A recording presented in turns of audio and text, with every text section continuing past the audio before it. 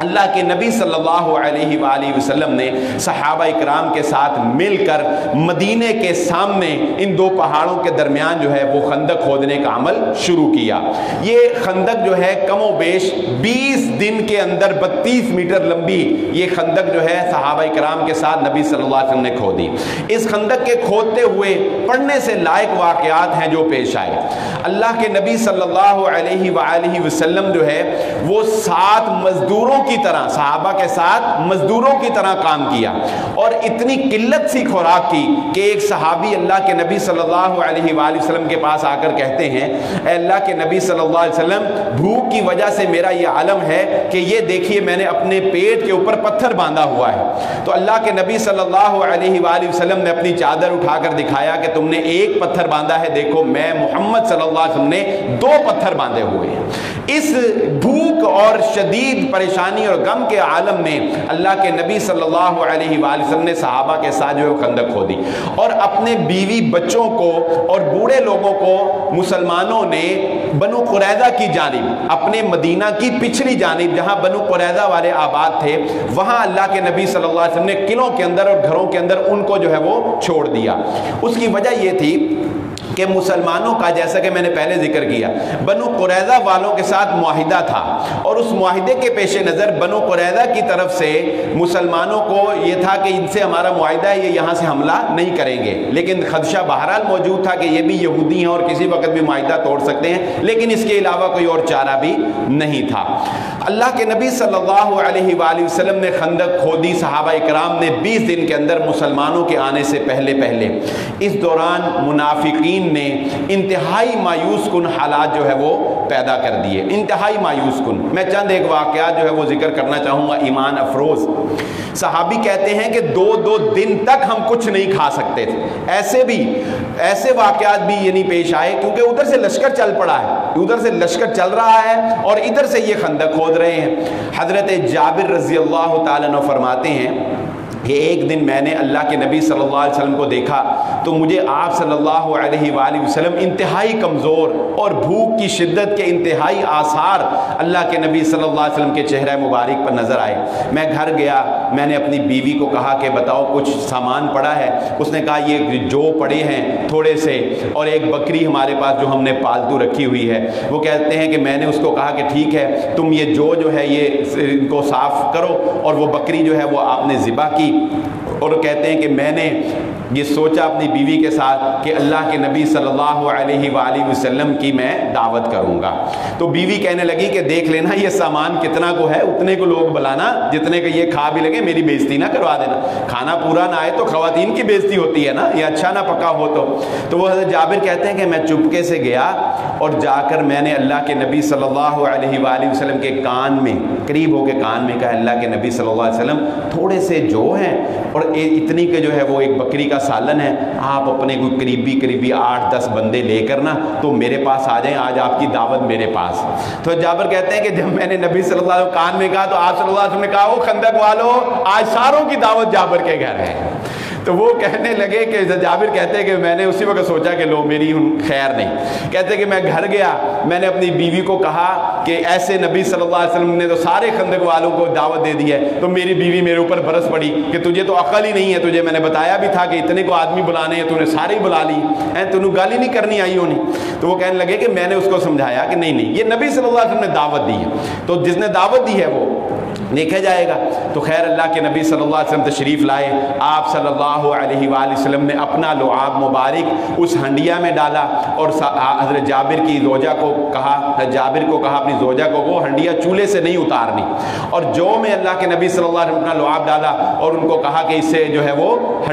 روٹیاں پکاتی رہے۔ اور حضرت جابر کہتے ہیں کہ اللہ کے نبی صلی اللہ علیہ وآلہ وسلم کے ساتھ آئے ہوئے سارے لشکر نے کھانا کھایا، اور سارا لشکر کھانا کھانے کے بعد جب چلا گیا تو ہماری ہنڈیا بھی پوری تھی اور ہمارے جو بھی پورے کے پورے تھے۔ یہ آپ صلی اللہ علیہ وآلہ وسلم کا معجزہ تھا۔ اور ایسے اور بھی معجزات ناشتے کے موقع کے اوپر کھجوریں جو ہے وہ ایک بچی لے کر آئی، آپ نے پھیلا دی، سارے لشکر نے جو ہے وہ کھجوریں کھا لی۔ تو ایسے بہت سے واقعات معجزانہ جو خندق کے دوران اللہ کے نبی صلی اللہ علیہ وآلہ وسلم کے ساتھ پیش آئے۔ اور ایک اور بڑا اہم واقعہ جو کہ حوصلہ بلند کرنے والا، اور وقت قلیل ہے، اللہ کے نبی صلی اللہ علیہ وسلم، جس طرح کہ اب بھی آپ دیکھے ہوں گے، میوزک اپنی جگہ حرام ہے، میوزک کے حلال ہونے کی کوئی صورت نہیں، لیکن جنگی حکمت عملی میں یہ بات بھی پیش نظر ہے کہ ترانے پڑے جائیں، مسلمانوں کو جذبات کو ابھارنے کے لیے تقریریں کی جائیں، ترانے پڑے جائیں۔ اللہ کے نبی صلی اللہ علیہ وآلہ وسلم غزوہ خندق کھودتے جاتے اور اشعار پڑھتے جاتے اونچی آواز میں، صحابہ اکرام اشعار پڑھتے، اللہ کے نبی صلی اللہ علیہ وسلم ان اشعار کے جواب دیا کرتے تھے، حوصلہ افزائی کیا کرتے تھے۔ دوران خندق کھودتے ہوئے ایک بہت بڑا ایک پتھر جو ہے وہ آ گیا، یعنی زمین کے اندر ہی، اور وہ ٹوٹ نہیں رہا تھا۔ تب صحابہ اکرام نے اللہ کے نبی صلی اللہ علیہ وآلہ وسلم کو بلایا، آپ صلی اللہ علیہ وآلہ وسلم نے اس کے اوپر زور سے جو ہے وہ ہتھوڑا مارا تو اس میں سے ایک روشنی نکلی اور اس کا 1/3 حصہ ٹوٹ گیا۔ اللہ کے نبی صلی اللہ علیہ وسلم نے صحابہ کو کہا، جانتے ہو یہ روشنی کیا تھی؟ صحابہ نے کہا نہیں۔ اے اللہ کے نبی صلی اللہ علیہ وسلم، آپ نے فرمایا مجھے شام کے علاقے دکھائے گئے کہ تمہاری امت ان علاقوں کو فتح کرے گی۔ آپ نے دوسرا پتھر مارا، یعنی آپ اندازہ لگائیے کہ کتنی بری حالت ہے، بے سر و سامانی ہے، لیکن مجاہدین اور ان لشکر اسلام کا حوصلہ کتنا بلند کر دیا گیا کہ تم نے ابھی شام کے علاقوں کو فتح کرنا ہے، تمہیں خندق سے جو ہے وہ گھبرا رہے ہیں۔ پھر دوسرا مارا، پھر روشنی نکلی، فرمایا مجھے فارس کا علاقہ دکھایا گیا کہ آپ کی امت وہ فتح کرے گی۔ تیسری روشنی نکلی، آپ نے فرمایا مجھے یمن کا علاقہ اور اس کے گرد و نواح علاقے دکھائے گئے کہ آپ کی امت جو ہے ان علاقوں کو فتح کرے گی۔ آپ نے 3 ضربیں لگائیں اور وہ پتھر جو ہے وہ پاش پاش ہو گیا۔ حضرت سلمان فارسی رضی اللہ تعالیٰ عنہ کا جو واقعہ آپ نے سنا ہوگا نا، کہ انصار کہنے لگے حضرت سلمان جو ہے وہ میری طرف ہیں، اور مہاجرین کہنے لگے سلمان ہماری طرف ہیں۔ اس کی وجہ تھی، اس کی وجہ یہ تھی کہ حضرت سلمان خندق کھودنے میں ماہر تھے۔ تاریخ میں لکھا گیا کہ حضرت سلمان جب خندق کھود رہے ہوتے تھے، نبی صلی اللہ علیہ وسلم تقسیم کی تھی، آپ کو 2 لائنیں نظر آ رہی ہوں گی، ایک ادھر سے شروع کی اور ایک ادھر سے شروع کی، یعنی انصار نے ادھر سے شروع کی اور مہاجرین نے ادھر سے شروع کی۔ تو اب وہ صحابی کہتے ہیں کہ 5 آدمی اتنی خندق کھودتے تھے جتنی سلمان اکیلے کھود دیتا تھا۔ تو انصار کہنے لگے اس کو ادھر بھیجو یار، ہماری خندق ہماری طرف سے زیادہ کھودے گی، اور رسا کشی ہو رہی ہو تو ذرا زیادہ کھینچنے والا ہر ایک کا دل کرتا نا ہماری طرف آئے۔ تو انصار کہتے تھے اس کو ادھر بھیجو یہ ہمارا ہے، اور مہاجرین کہتے تھے نہیں اس کو ہماری طرف بھیجو یہ ہمارا ہے۔ کیوں؟ خندق بڑی اچھی کھودتے تھے، پیچھے سے تجربہ کار تھے، تو تجربہ جو ہے وہ طاقت سے زیادہ کام کرتا ہے۔ تب اللہ کے نبی صلی اللہ علیہ وسلم نے فرمایا تھا کہ سلمان نہ مہاجرین میں نہ انصار میں، سلمان میرے اہل بیت میں سے ہے۔ یہ مشہور حدیث آپ نے سنی ہوگی، اس کا پس منظر آج آپ نے سن لیا کہ اب اللہ کے نبی صلی اللہ علیہ وسلم نے فرمایا تھا کہ سلمان جو ہے وہ میرے اہل بیت میں سے۔ اور پھر حضرت سلمان رضی اللہ تعالیٰ عنہ کو نظر بھی لگ گئی، ایک صحابی نے دیکھا کہ یہ اتنی سپیڈ سے کام کر رہا ہے تو نظر لگ گئی اور اسی وقت بے ہوش ہو کے گر گئے۔ اللہ کے نبی صلی اللہ علیہ وسلم نے کہا ان کو کہو کہ وضو کریں، انہوں نے وضو کیا اور وضو کر کے اس پانی سے پھر حضرت سلمان رضی اللہ تعالیٰ عنہ کو نہلایا گیا تو وہ اثر جو ہے وہ ختم ہو گیا۔ آگے چلتے ہیں بات کو لے کر۔ اس خندق کے کھدائی میں جو بھی مشکلات پیش آئیں، منافقین نے بڑی جو ہے وہ سازشوں سے کام لیا، حوصلہ شکنیاں کی، بغیر بتائے بھاگ جاتے تھے، کام تھوڑا کرتے تھے، مسلمانوں کی حوصلہ شکنی کرتے رہتے تھے کہ یہ پوری نہیں ہوگی، ہم مارے جائیں گے، یہ ہے وہ ہے۔ قصہ مختصر کہ وہ وقت آن پڑا کہ کم و بیش 20 دن کے بعد ایک بہت بڑا لشکر جو ہے وہ مسلمانوں کے مدینہ کے باہر خندق کے پار جو ہے وہ اس نے خیمے جوڑ لیے۔ کفار نے جب آ کر دیکھا اور اپنے سامنے خندق کو دیکھا تو اس چیز نے ان کو انتہائی پریشان کیا۔ کیوں؟ ایک تو اس کے لیے ان کے ذہن تیار نہیں تھے، انہوں نے اس سے پہلے ایسی جنگی چال نہیں دیکھی تھی، اور انہوں نے جو حملہ کرنے کا سوچا تھا اس کے لیے پڑاؤ ڈالنے کی ایک پوری پلاننگ ہوتی ہے جنگ لڑنے کے لیے کہ اگر ہم نے وہاں کتنی دیر رہنا ہے۔ سامان تو وہ لے کر ہی نہیں آئے تھے، لیکن اس کے باوجود انہیں وہاں پر پڑاؤ ڈالنا پڑا، انہوں نے وہاں پر خیمے لگا دیے۔ اس دوران کوشش ہوتی رہی، کوئی گھوڑا زور سے آگے چلا جائے، کوئی ادھر آ جائے، اس کو قتل کر دیا گیا، للکاریں اور جو بھی جنگوں میں ہوتا ہے وہ سب کچھ جو ہے وہ ہوتا رہا۔ بلا آخر جو پیک ہے، جو اس جنگ کی پیک جہاں سے شروع ہوتی ہے وہ کیا کہ اب ایک ہی چارہ ہے، اور وہ کیا کہ بنو قریظہ والے غداری کر دیں، بنو قریظہ والے غداری کر دیں۔ چنانچہ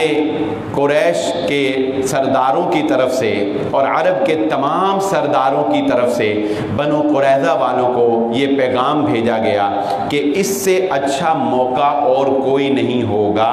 کہ تم غداری کر کے ہمارا ساتھ دو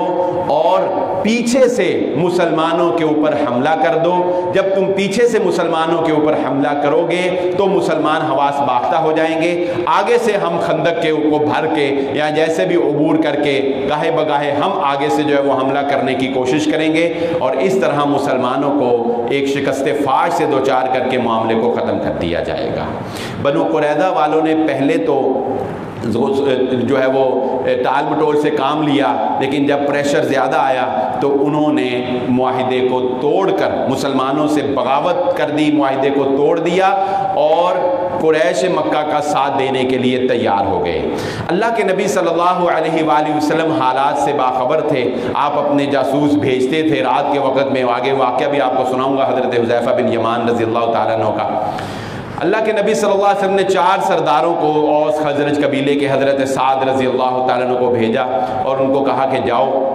ایک دفعہ جا کے بنو قریظہ والوں سے پوچھ کے آؤ کہ تم اپنے معاہدے میں پکے ہو۔ تو یہ اور آپ صلی اللہ علیہ وسلم فرمایا کہ اگر وہ معاہدے میں پکے ہوں تو آ کے اونچی آواز سے بتانا کہ بنو قریظہ والے پکے ہیں، اور اگر انہوں نے معاہدہ توڑ دیا ہو تو چپکے سے آ کر میرے کان میں بتا دینا۔ حضرت سعد رضی اللہ تعالیٰ عنہ 4 آدمیوں کا وفد لے کر گئے بنو قریظہ والوں کے ساتھ بات کرنے کے لیے۔ انہوں نے 2 ٹوک کہہ دیا کہ ہمارے درمیان اور محمد صلی اللہ بینا و بین محمد صلی اللہ علیہ وسلم، ہمارے درمیان اور محمد صلی اللہ علیہ وسلم کے درمیان کوئی وعدہ قائم نہیں رہا، ہم بالکل انکار کرتے ہیں، ہم وعدہ خلافی کرتے ہیں، ہم بغاوت کرتے ہیں، ہم مسلمانوں کی پیٹھ میں خنجر کھونپیں گے۔ انہوں نے صاف اعلان کر دیا۔ اس افسوسناک خبر کو سن کر جب واپس آئے صحابی، اللہ کے نبی صلی اللہ علیہ وسلم کو بتایا، لیکن بہرحال انسان ہوتا ہے، جنگی حکمت عملی اپنی جگہ، یہ خبر زیادہ دیر پوشیدہ نہیں رہ سکی اور آہستہ آہستہ مسلمانوں کے اندر یہ خبر پھیل گئی۔ اس خبر کے سنتے ہی اب آپ اندازہ لگائیے یہاں سے مسلمان جو ہے وہ کس قدر خوف زدہ اور کس قدر جو ہے ان کے اوپر، جس کو اللہ رب العزت نے اس آیت میں قرآن مجید کی آیت سورہ احزاب میں کہا کہ جس وقت تمہارا یہ حال ہو گیا تھا کہ کلیجے حلق کو آ گئے، تمہارے کلیجے جو ہے وہ حلق کو آ گئے اور بس تم نے سوچ لیا کہ اب مار گئے، اور تمہیں جھنجھوڑ کر رکھ دیا گیا، ہلا دیا گیا، شدید طریقے سے ہلا دیا جانا، یعنی بالکل موت جیسے انسان کو سامنے نظر آ رہی ہو۔ اس وقت یہ ہوا کہ پھر منافقین نے ساتھ چھوڑ دیا۔ منافقین کہنے لگے کہ ادھر تو شام کے اور یمن کے علاقے فتح کرنے تھے اور ادھر مدینہ بچانا مشکل ہو گیا۔ انہوں نے کہا کہ ہم تو اپنے بیوی بچوں کو بچائیں کہ اب تمہارا ساتھ دیں، لہذا عبداللہ بن ابی کی قیادت میں سارے منافق جو ہیں وہ چھوڑ کر اس لشکر اسلام کو واپس چلے گئے کہ ہمارے تو بنو قریظہ کی طرف جو ہے وہ بیوی بچے ہم چھوڑ کے آئے ہوئے ہیں، ان کو ہم نے جا کر بچانا ہے، وہ ساتھ چھوڑ کر چلے گئے۔ اتنے مایوس کن حالات پیدا ہو گئے کہ آپ اندازہ کریں اللہ کے نبی صلی اللہ علیہ وآلہ وسلم نے بنو غطفان، یہ ایک بہت بڑا قبیلہ تھا، بنو غطفان والے، ان کے درمیان جو ہے وہ ان کو توڑنے کے لیے، قریش مکہ کے لشکر کو کمزور کرنے کے لیے، توڑنے کے لیے بنو غطفان والوں کو نبی صلی اللہ علیہ وآلہ وسلم نے مذاکرات کے لیے پیغام بھیجا کہ ہم تمہیں مدینے کی پیداوار کا، مدینے کی کھجوروں کی پیداوار کا 1/3 حصہ جو ہے وہ تمہیں دے دیا کریں گے، یعنی 3 حصے کر کے جو 1 حصہ ہوگا وہ ہم تمہیں دے دیں گے، تم اس معاہدے کو توڑ کر یہاں سے چلے جاؤ، ہمارا ساتھ دے دو، یہاں سے چلے جاؤ، ہمارا تمہارا یہ معاہدہ کہ ہم مدینے کی تمہیں یہ جو ہے پیداوار کا حصہ دیں گے۔ اللہ کے نبی صلی اللہ علیہ وسلم نے یہ پیشکش جو ہے وہ کر دی، معاہدہ لکھا جا چکا، معاہدے کے اوپر جب دستخط ہونے تھے تو ظاہر ہے وہ دستخط کرنے سے پہلے باہمی مشاورت تو ہوتی ہے، تب اللہ کے نبی صلی اللہ علیہ وسلم نے مشاورت کی تو حضرت سعد بن عبادہ اور حضرت سعد بن معاذ، یہ دونوں سعد جو ہیں یہ قبیلہ اوس اور خزرج کے سردار تھے جو پہلے مدینہ میں آباد تھا۔ تو اللہ کے نبی صلی اللہ علیہ وآلہ وسلم سے حضرت سعد کہنے لگے، اے اللہ کے نبی صلی اللہ علیہ وسلم، کیا یہ معاہدہ اللہ کے حکم سے کیا جا رہا ہے یا یہ آپ کا حکم ہے؟ اگر یہ آپ کا حکم ہے تو سر تسلیم خم، اگر یہ آپ اس لیے کر رہے ہیں کہ مسلمانوں کو بچانے کے لیے، ہمیں بچانے کے لیے کر رہے ہیں تو بتائیے۔ اللہ کے نبی صلی اللہ علیہ وسلم نے فرمایا نہیں، یہ حکم نہیں ہے، یہ جبرائیل علیہ السلام کا حکم نہیں ہے، نہ میرا یہ فیصلہ اور حکم ہے اٹل ہے، یہ ایک جنگی حکمت عملی ہے کہ ہم مسلمانوں کی جان بچانے کے لیے میں نے یہ سوچا ہے کہ ایسے کر لیا جائے۔ حضرت سعد کہنے لگے جب ہم مشرک تھے تب ہم سے یہ ایک کھجور نہیں لے سکتے تھے، جب ہم شرک کرتے تھے تب ہم سے یہ ایک کھجور نہیں لے سکتے تھے، اب تو ہم ایک اللہ کی عبادت کرتے ہیں، ان کو اتنی کھجوریں کیسے دے دیں،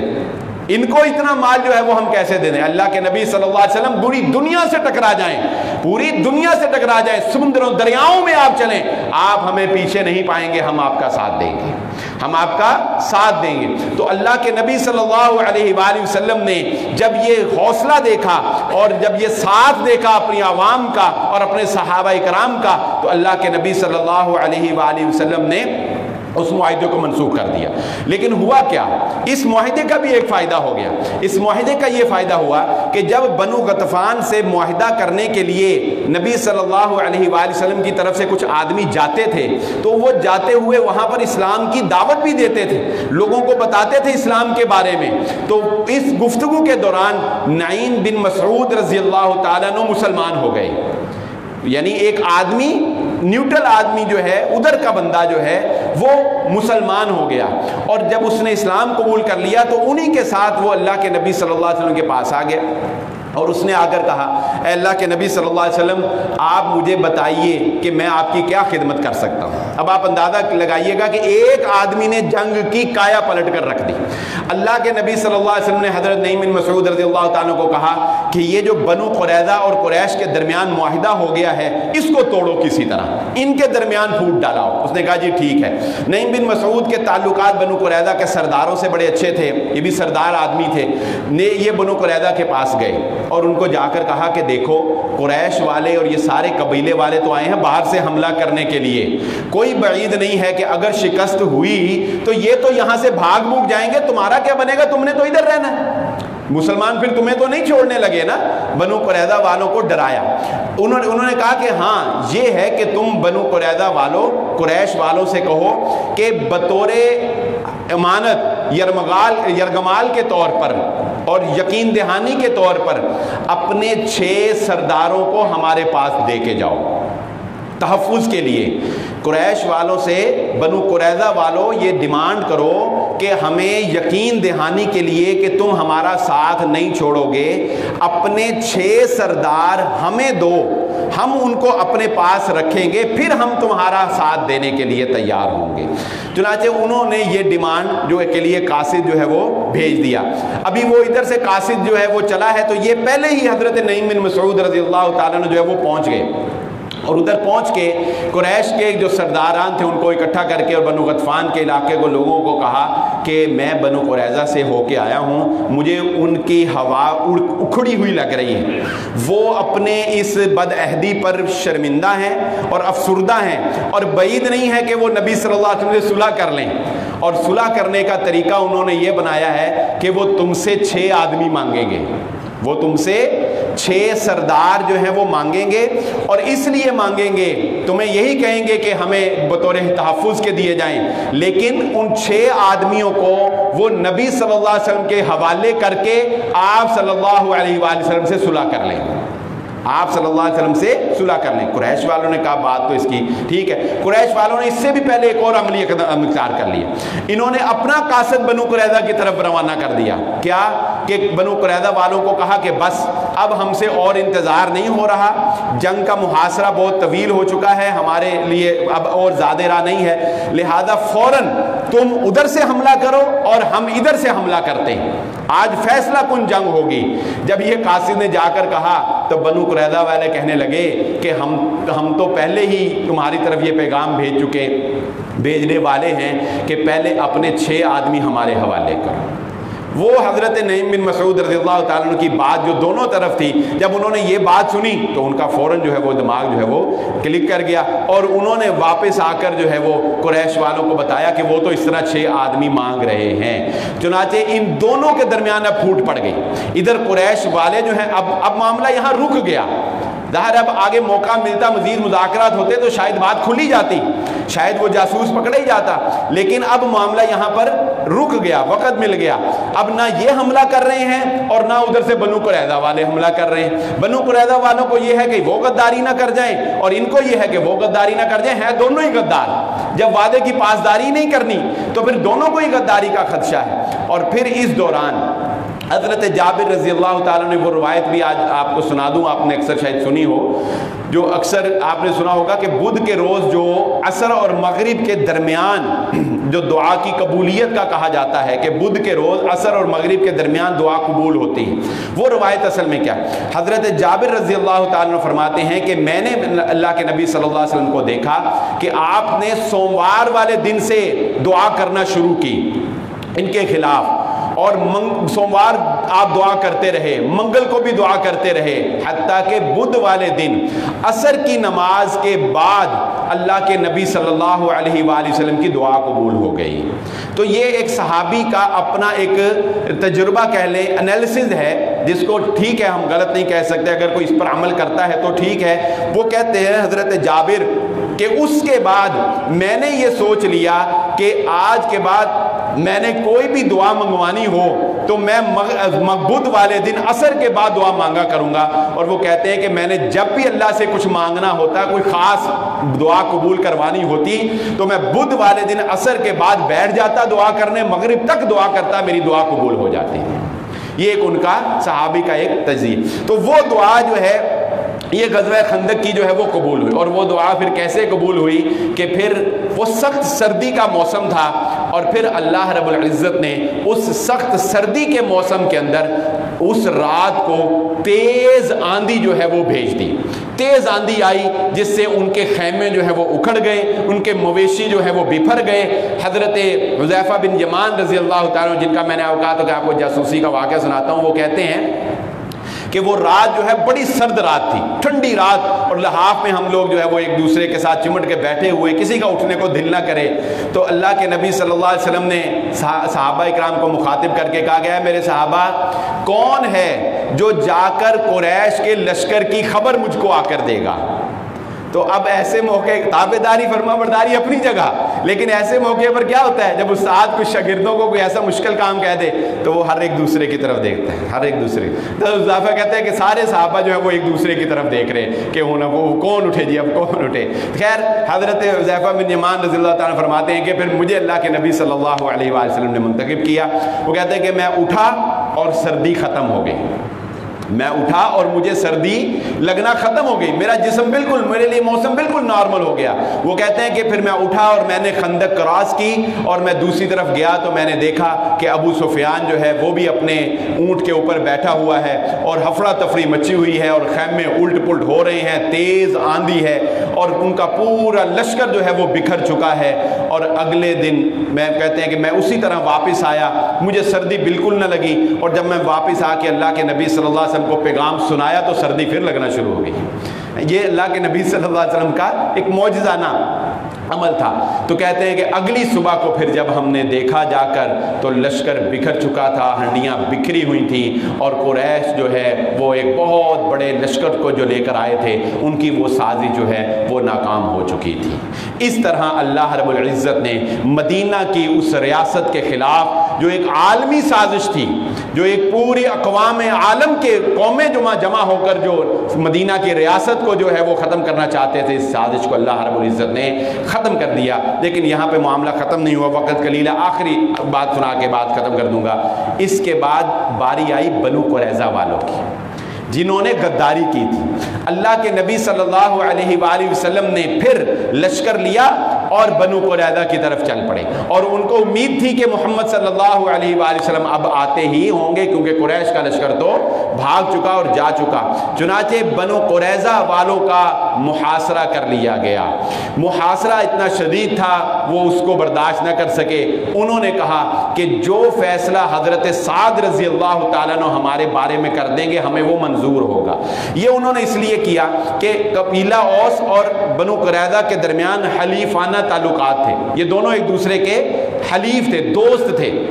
تو انہوں نے کہا کہ حضرت سعد کوئی نرمی والا فیصلہ کریں گے، لیکن چونکہ انہوں نے بغاوت کی تھی اور 1500 تلواریں، 2000 نیزے، 300 ڈھالیں اور اس کے کم و بیش ساز و سامان اسلحہ جو ہے وہ انہوں نے اس جنگ کے لیے پرووائڈ کیا تھا۔ اس جنگ کے لیے، غزوہ احزاب کے لیے انہوں نے اتنا اسلحہ جو ہے وہ مہیا کیا تھا مسلمانوں کو ختم کرنے کے لیے، اور عین جنگ کے موقع کے اوپر اگر وہ حملہ کر دیتے تو آپ اندازہ لگائیے کہ مدینہ کی ریاست کے اوپر کیا گزرتی، اور پیچھے ہی بیوی بچے ان کے سارے خواتین اور کمزور تھے، ان کو وہ تکا بوٹی کر دیتے۔ چنانچہ حضرت سعد رضی اللہ تعالیٰ عنہ کو جب فیصلے کا حکم جو ہے وہ انہوں نے دے دیا، اللہ کے نبی صلی اللہ علیہ وسلم نے کہا ٹھیک ہے جو سعد فیصلہ کر دے گا ہمیں بھی قبول ہوگا۔ حضرت سعد رضی اللہ، ان کا خیال تھا ہمارے ساتھ بھی بنو قینقاع بنو نذیر والا کام کیا جائے گا، چلو ساز و سامان اٹھاؤ اور نکلو، لیکن انہوں نے بغاوت عین جنگ میں کی تھی۔ چنانچہ حضرت سعد رضی اللہ تعالیٰ نے یہ فیصلہ سنایا کہ ان کے تمام مردوں کو قتل کر دیا جائے گا اور ان کی تمام خواتین کو جو ہے اور بچوں کو ہے جو ہے وہ قید کر لیا جائے گا، اور ان کی تمام املاک جو ہے وہ مسلمان اپنے قبضہ میں کر لیں گے، ان کے ساتھ کوئی رعایت جو ہے وہ نہیں برتی جائے گی۔ چنانچہ حضرت سعد رضی اللہ تعالیٰ نے کوئی رعایت نہیں برتی، کیونکہ بغاوت بہت شدید تھی ان کی، اور مسلمانوں کو یہ اسلحہ دیکھ کر بھی اندازہ ہوا کہ انہوں نے تو مسلمانوں کی پیٹھ میں خنجر کھونک دینا تھا، اللہ رب العزت نے اس کو بچایا۔ یہ وہ غزوہ خندق ہے، یہ وہ غزوہ احزاب ہے، جہاں سے پھر اس کے بعد رسول اللہ صلی اللہ علیہ وآلہ وسلم نے فرمایا اے مسلمانوں، آج کے بعد عرب تمہارے اوپر حملہ نہیں کریں گے، آج کے بعد مسلمان ہی عربوں کے اوپر حملہ کریں گے۔ اللہ رب العزت سے دعا ہے اللہ تعالیٰ مسلمانوں کو آج بھی غیبی مدد کے ساتھ اسی طرح فتح سے ہمکنار کر دے۔ وما علیہ الا البلاغ المبین۔